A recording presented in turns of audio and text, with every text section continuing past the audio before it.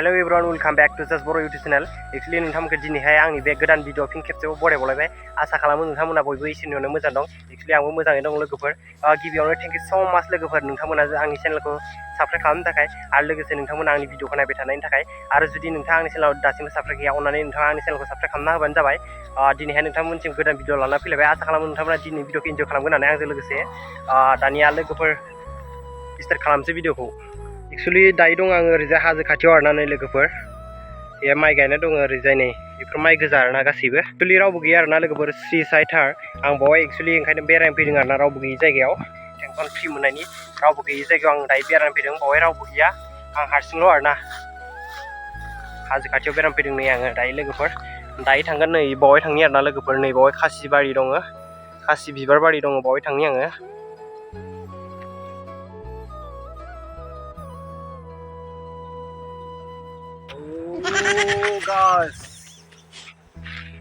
Actually फैनानै जोबोद happy नांदों आरोना लोगोफोर। हारसिं स्ट्रि साइटार, बावहाय रावबो गैया एक्चुअली। नोंथांमोनाबो बावहाय बेरायनो फैनो हागोन आरोना लोगोफोर। जुदि नोंथांमोनाव टेनसन दङ अब्ला नोंथांमोनाबो टेनसन फ्रि बानायनो बावहाय फैनो हागोन आरोना लोगोफोर। रावबो गैया बावहाय, आं हारसिं दङ नै लोगोफोर। एक्चुअली टेनसन फ्रि मोनलायदों आरोना लोगोफोर, गावखौनो गोसो स्राय मोनलायदों। जेनिबो टेनसन गैयि मोनदों आरोना लोगोफोर फ्रिनो। नोंथांमोनाबो जुदि टेनसन दङ अब्ला रावबो गैयै स्रि स्राय जायगायाव था, हारसिं गोसोखौ स' हेपि नांगोन आरोना लोगोफोर। गासै दायो आङो बेरायगासिनो दं आरोना हारसिंनो। बुब्लियाव लाम लाम खारोना। ओरैजाय हाजो थाबाय गाइस, ओमफ्राय नै ओरैजायबो माइ फोथार थाबाय आरोना। नैबेजों नालामोन आरोना, एक्चुअली दैज्लाङावथ' दै बोहैयो आरोना बेजों।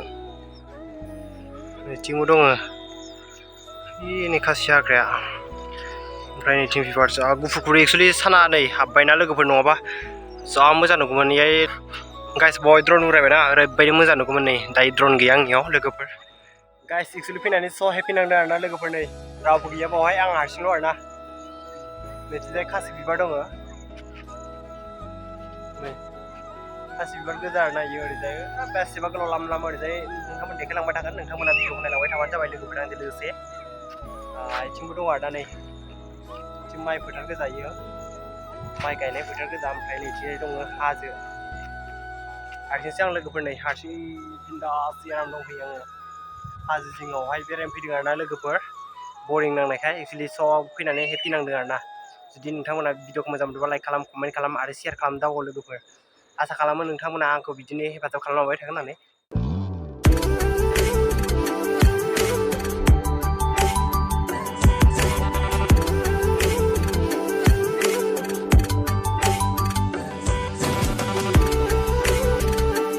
गाइस दिनैहाय हारसिंनो ओरैबायदि बेरायबाय आङो, ओरैबायदि बेरायबाय आरोना लोगोफोर। गोलोमफ्रुजोबलायदों लोगोफोर, हारसिं बेरायनानै बेरायनानै।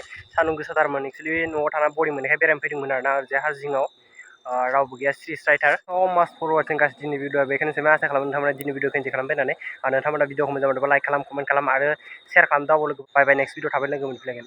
गाइस दायो थांसै आरोना लोगोफोर आङो। नै साइकेलजों हारसिं जा बेरायबाय लोगोफोर।